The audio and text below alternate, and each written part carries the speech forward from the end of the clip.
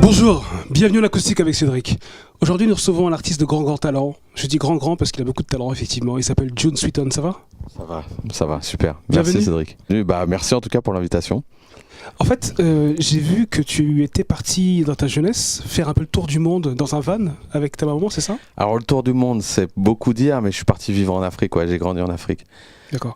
Est-ce que cette expérience-là, qui est unique, qui est rare, est-ce que ça t'a influencé ? Est-ce que ça t'a apporté un regard nouveau sur la musique ? 1 milliard de fois, oui, grave.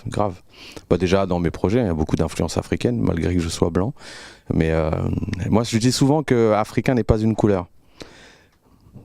C'est comme quand on a des Africains en France qui sont nés ici, je trouve que c'est normal qu'ils se sentent européens, et c'est normal quand tu grandis en Afrique de te sentir africain, même si tu n'es pas noir, finalement.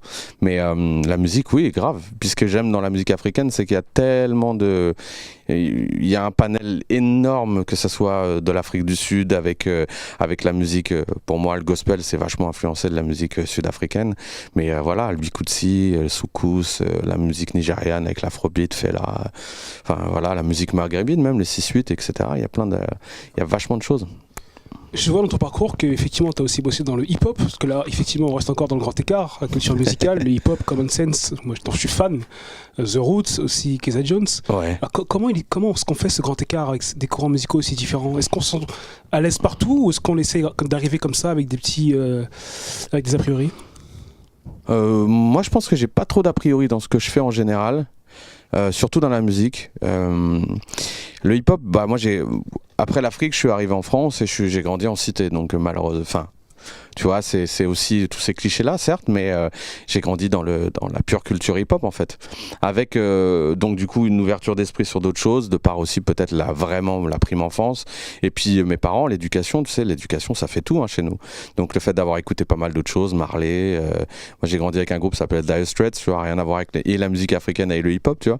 Mais après, voilà, les potes, le début du hip-hop en France, vraiment bien. Et puis, toute la native tongue qui arrive des États-Unis, les Roots, les Commons, certes, mais de la soul, etc. Tu vois. Donc, ouais. En fait, je précise ça parce que certains artistes qui sont hip-hop ne sont pas très ouverts en vérité.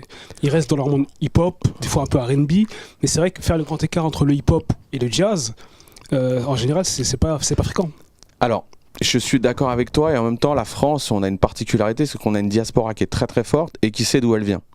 Ce qui n'est pas le cas des États-Unis. La diaspora, elle est forte, mais souvent, il y a un problème identitaire. Donc, tout ce qui est relié à l'Afrique et à d'autres musiques, parfois, c'est dur pour eux de faire le lien. Alors que nous, ici en France, on a cette culture à la base de métissage. Donc il est culturel, mais il est aussi musical. Après, la culture, c'est la musique aussi, mais il est musical. Donc je pense que c'est beaucoup plus simple d'être ouvert à d'autres styles, tout en étant un artiste, on va dire, issu du mouvement hip-hop, qu'aux États-Unis. Tu vois, je pense à des rappeurs sénégalais comme Daraji, etc., qui sont des mecs qui sont africains, tu vois, mais qui rappent, qui ont tous les codes du hip-hop finalement, mais ils ont gardé leur influence première, quoi. Est-ce que tu peux nous parler de ton dernier album ? Alors, le dernier album, la particularité, c'est que c'est un hommage à Hendrix. Parce que moi, je suis assez fan de ce musicien en tant que compositeur, surtout, bizarrement, plus qu'en tant que guitariste. Ce que j'aime chez lui, c'est son approche de la compo. Je le trouve hyper intelligent dans la manière dont il compose la musique, et donc pour moi, c'était quelqu'un d'extrêmement ouvert. À la base, il était prévu qu'il fasse un album avec Miles Davis, et en fait, le début du jazz fusion, c'était l'idée de mélanger la guitare d'Hendrix avec la trompette de Miles. Wow. Et l'album s'est pas fait parce que Hendrix est mort avant. Donc voilà. Du coup, il a fait Beaches Brew. Mais voilà, l'idée c'était ça, c'était de faire le pont, le lien entre la musique d'Hendrix puis mes influences, comme tu as vu dedans, la musique africaine avec ce morceau-là. Mais il y a des trucs beaucoup plus soulful, il y a des trucs plus gospel aussi dedans. C'est de mélanger toutes mes influences via ma vision de la musique d'Hendrix. Les puristes, peut-être, ils aimeront pas, mais moi, je trouve que c'est très compliqué de refaire des covers en étant à l'identique de quelqu'un, parce que finalement, tu feras jamais mieux que la personne, que l'original, quoi. En parlant justement de collaboration, dans la chanson que tu vas faire tout à l'heure, tu fais appel donc à un chanteur que je connais très bien, il s'appelle Stéphane Filet. Exactement. Stéphane Filet. Comment ça va ? Ouais. Alors Stéphane Filet, c'est dur de le présenter parce que finalement beaucoup de gens ne le connaissent pas et en même temps beaucoup de gens le connaissent. Donc c'est ça qui est très intéressant. Le monsieur a fait des chœurs pour plein de gens et j'ai pas envie de parler de ça.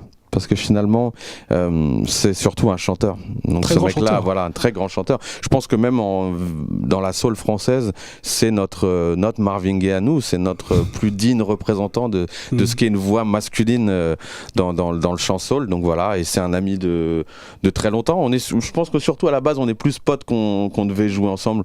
On a plein de délires en commun et puis voilà, j'adore ce monsieur. Donc Stéphane, en fait, quel est ton regard sur la musique de June ? Je trouve que June donne une sorte de vent nouveau à la musique de Hendrix.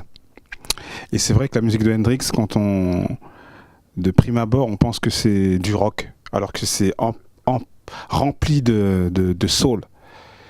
Moi particulièrement, j'aime beaucoup Hendrix aussi pour sa manière de composer et son phrasé aussi.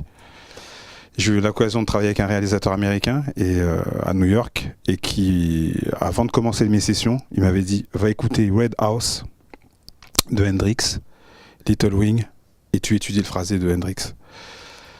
Le paradoxe aussi, c'est que Hendrix n'aimait pas sa voix. Il était fan de Bob Dylan, et il n'aimait pas vraiment sa voix, donc il chantait par défaut. D'accord.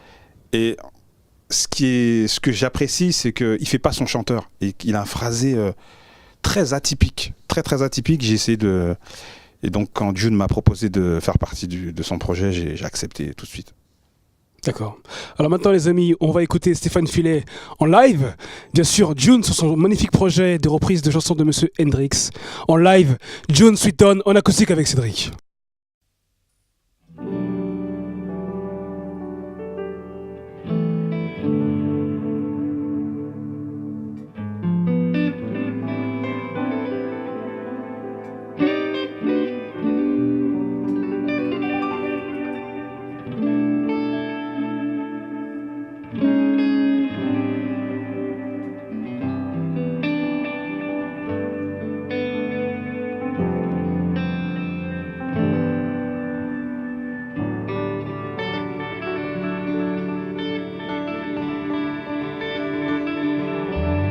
Where she's walking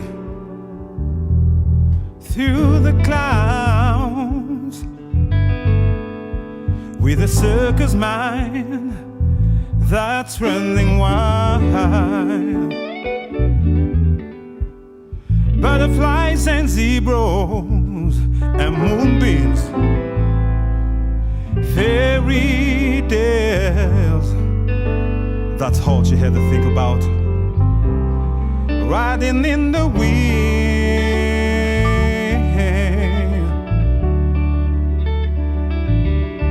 When I'm sad, she comes to me with 1,000 smiles. She gives to me free. It's alright, she says. It's alright. Take anything you want from me, anything.